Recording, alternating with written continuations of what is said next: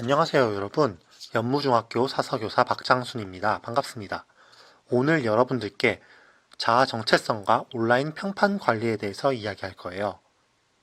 여러분들이 누구인지, 인터넷이 여러분의 삶에 어떤 영향을 미쳤는지, 그리고 마지막으로 여러분들의 안전과 발전을 위해서 SNS, 소셜미디어를 활용하는 방법에 대해서 알아볼 겁니다. 먼저 여러분들에게 두 가지 질문을 드릴 거예요.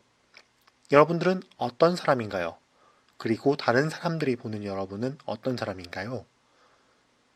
이 두 질문은 여러분들의 정체성과 관련이 있습니다.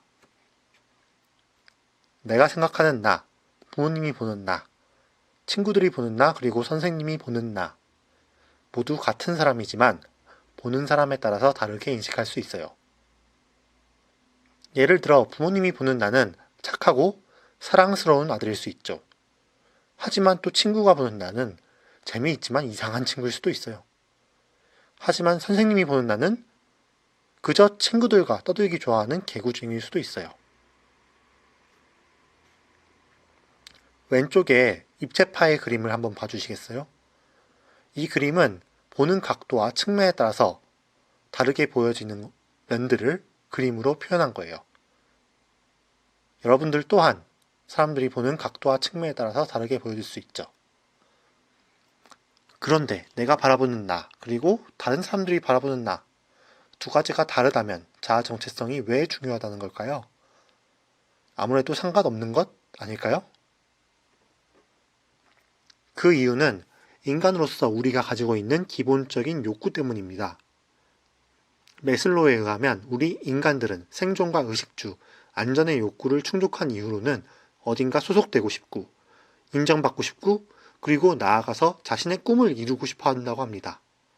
결국 자아 정체성을 찾는다는 것은 내가 바라보는 주관적인 나와 다른 사람들이 보는 객관적인 나 사이의 간격을 좁히고 다른 사람들이 존경하고 인정하는 내가 꿈꾸는 나의 모습을 찾아 나서는 여정이고 또 인간의 본성인 것이죠.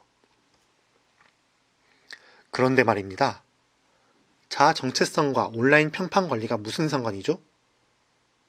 우리는 그 상관관계를 인터넷이 발달하면서 겪게 된 세 가지 변화에서 찾아볼 수 있습니다. 첫 번째로 글로벌 연결성으로 인한 관계 확대, 두 번째로 익명성, 세 번째로 문자 중심의 커뮤니케이션입니다. 관계가 확대되면서 우리는 우리를 인정해줄 관심사가 같은 사람을 찾기 쉬워졌습니다. 두 번째로 의사소통에 있어 익명성이 생겨서 거짓을 가장해서 의사소통하거나 거짓말을 하는 사람들이 생겼으며 문자 중심의 커뮤니케이션이 이루어지면서 온라인에서의 모든 활동이 기록에 남게 됐습니다. 좀 더 자세히 이야기해 볼까요? 인정과 관심사 공유라는 첫 번째 특징은 여러분들의 취미 생활을 통해서 살펴볼 수 있습니다. 여러분들의 취미는 무엇인가요? 그리고 그 취미에 대해서 검색하고 공유해 본 적이 있나요? 게임, 요리, 만화, 스포츠, 독서 등 다양한 분야에서 공동체가 만들어지고 운영되고 있습니다. 같은 취미를 가진 사람이 주변에 없더라도 인터넷을 통해서 그 취미를 나누고 인정받을 수 있다는 뜻이죠. 하지만 인터넷 공간에서는 서로가 누구인지 알 수 없기 때문에 가상의 인물이 되기도 하고 가짜 정보나 악의적인 댓글을 퍼뜨리기도 합니다. 사이버 공간에서의 왕따나 인터넷 중독과 같은 문제들이 발생하는 거죠. 현실의 자아와 인터넷상의 자아를 혼동하기도 하고요. 이러한 문제는 디지털 발자국에 의해서 더욱 심각해집니다.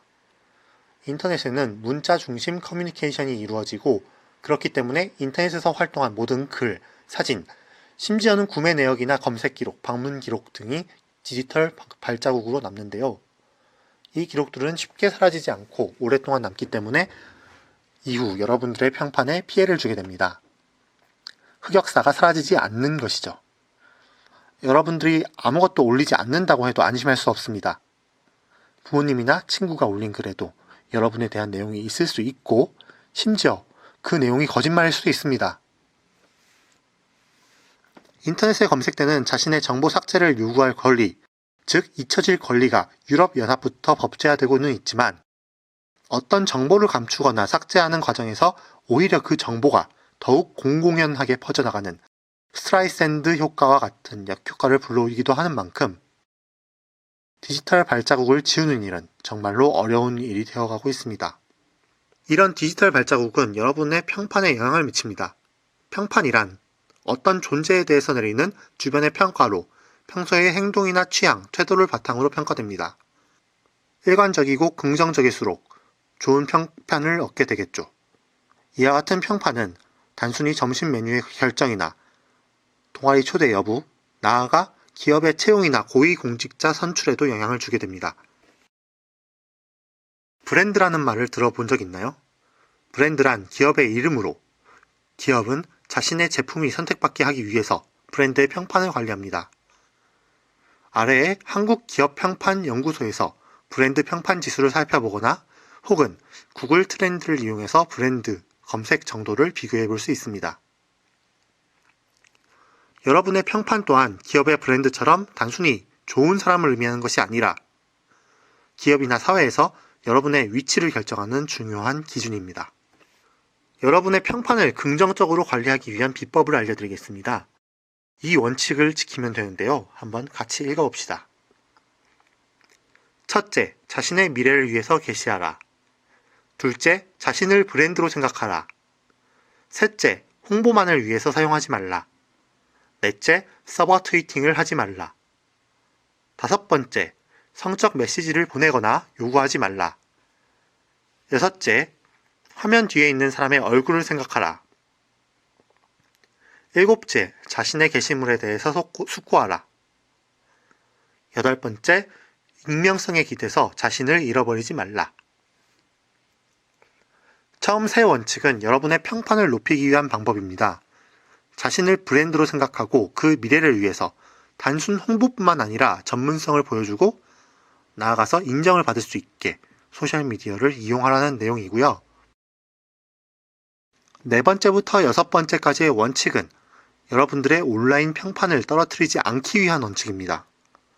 여러분들이 온라인을 통해서 소통하는 사람들이 여러분과 같은 사람을 잊지 않고 상대방에 대한 존중을 지키면서 소통하라는 내용이죠. 마지막 두 원칙은 여러분들의 디지털 발자국을 관리하기 위한 원칙입니다. 온라인에서의 익명성이란 완벽하지 않으며 그 발자국을 없었던 일로 하는 것은 정말로 어려운 일이므로 게시물을 남길 때는 항상 숙고해야 한다는 내용입니다. 다만 여러분들이 오해하지 말아야 할 점은 이런 소셜미디어 이용 원칙이나 온라인 평판에 대한 경고는 여러분들이 소셜미디어를 이용하지 않게 못하게 하려는 내용이 아니라 오히려 여러분들이 온라인 평판을 적극적으로 관리하고 나아가서 자아 실현을 위해서 긍정적인 소셜미디어 이용을 장려하고 응원하기 위한 것이라는 점입니다. 실제로 아래 책들의 저자들처럼 소셜미디어 활동을 통해 본인의 활동을 알리고 이를 출판하는 사람들이나 찌양이나 대도서관처럼 방송으로 인기를 얻는 사람들이 등장하고 있으며 세스 고딘의 책 트라이브즈에는 공통의 관심사를 바탕으로 사회를 변화시키는 공동체, 부족들의 이야기도 소개되고 있습니다. 여러분들도 적극적이고 긍정적으로 여러분들의 소셜미디어를 이용한다면 여러분들의 미래는 한 단계 더 높아질 것입니다. 지금까지 선생님이 이야기한 내용들을 바탕으로 이 문제들을 풀어보고 앞으로 어떻게 할지 다짐해보면 좋겠습니다.